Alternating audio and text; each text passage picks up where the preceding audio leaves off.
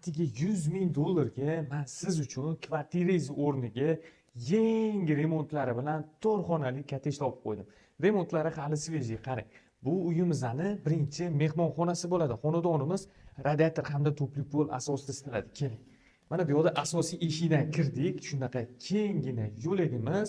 Bu tomonda ikkinchi xonasi, bolalar uchun yotoqxona qilingan, ko'chaga qaragan oynalari bor. Bu xonadonimizning o'zini orqa hovlisi ham bor. Bu bo'lsa uyimizning 3-xonasi, bu tomonda umumiy yuvinish xonasi, bu родительский spalni. Shu yotoqxonamiz orqali biz orqa hovliga ham o'tib ketsak bo'ladi. Uyimizning umumiy maydoni 1.7 sotiq. Bu yerda umumiy yuvinish xonasi joylashgan.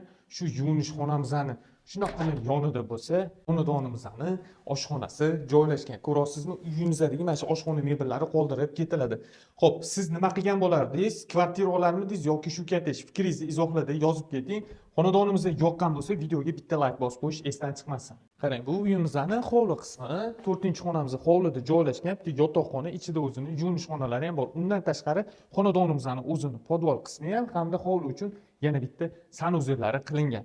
Lokatsiyasi ham yaxshi joyda joylashgan, shahargacha ham yaqin masofa, Toshkent tumani, yangi 16 yillik Bunyodkor ko'chasida. Ko'rganingizdek, xonadonimizda faqat fasadida ozgina mehr talab joylari qolgan. Egalarning nomerini tez yozib qo'yamiz pastda, narxiga arzisa tez bosib oling.